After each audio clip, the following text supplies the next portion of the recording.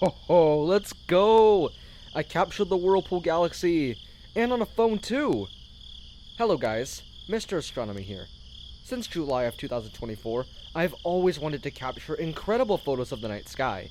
But, after seeing all the complicated things I needed to do, involving all sorts of fancy cameras, guide scopes, and a bunch of other words you and I probably don't even know the meaning of, I wanted to find a way to do it with little to no hassle at all. This was when I discovered the revolutionary technique called smartphone astrophotography, and here's some of the photos that I managed to take.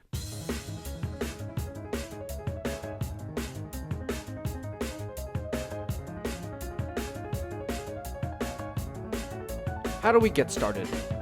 Well, it depends on what you want to take pictures of. Do you want a wide field shot showing the Milky Way band streaking across the sky? Do you want to take pictures of our interstellar neighbors like Mars or Jupiter? Or maybe you want to challenge yourself and do some deep sky astrophotography? Well, don't fear, because I can teach you on all three of these. We'll go into depth on how each of these can be done. First, wide field astrophotography. This is definitely one of the most popular ones.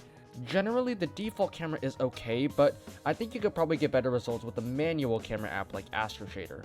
According to Astro Backyard, you should use a high ISO, around 1600 or 3200, and you need to set your shutter speed to 30 seconds or to 1 minute.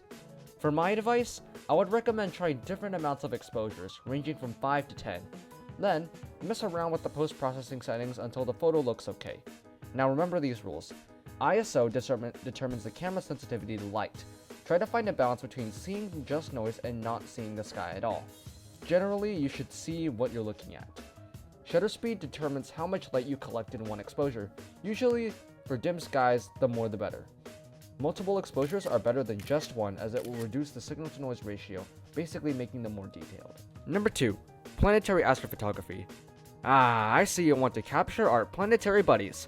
Well, first, you should probably get a telescope, as most planets will appear as just stars in the sky. I recommend using an app like SkyGuide or Stellarium if you don't know where they are.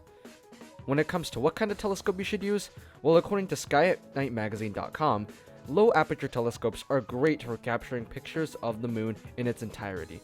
Not really a planet, but, still. But if you want to get real close, I recommend getting something like at least a 6-inch reflector or a Schmidt-Cassegrain telescope. Basically a compact telescope. These are great at resolving small lunar craters in details such as Jupiter's cloud bands, Saturn's rings, and even dust plains on Mars. I recommend getting them on an alt-azimuth mount or a Dobsonian mount, rather than this stinky boy called an equatorial mount. They might be too complex for a beginner, and in general, if I were beginning, I'd much rather have a telescope that just goes up, down, left, and right, rather than figuring out how to curve my telescope immediately after beginning. However, if you're willing to push yourself, equatorial mounts can be great, especially for tracking objects manually, as they usually can come with knobs to finally adjust the position of the scope. I'll use Jupiter as an example. Use low ISO settings, as too much can make your planet look mad bright, and that ain't good. Use a short shutter speed, as you really don't need to collect too much light for such a small and bright object already. Also, if possible, please use a phone adapter. This way, you don't have to hold your phone up to the eyepiece and have the picture be shaky with your hand movement. Trust me, even with the slightest bit of movement, it will look terrible. Number 3. Deep sky images. I see you have your eyes fixed outside the solar system. For this one, I recommend getting a high aperture telescope. 6 inches should be okay, but if you can, move up to a bigger size like 8 or 10 inches. You'll also likely need a tracking mount to make things easier as well. But keep in mind that this stuff may not be super affordable, so if you can't afford to get this stuff yourself, you can always check in with your local astronomy club if you have one in your area. To start, I recommend capturing pictures of the Pleiades or the Orion Nebula, as those objects are visible to the naked eye and are very easy to find. One thing, some deep sky objects are seasonal. The Orion Nebula, for example, is visible from October to April, so you'll probably need to plan ahead. Sometimes some nebula also might be visible in the early morning, and sometimes they might be visible right after sunset. So, yeah. Make sure you keep your ISO relatively low so you can capture lots of exposures, and make sure that the shutter speed is 15 or 30 seconds.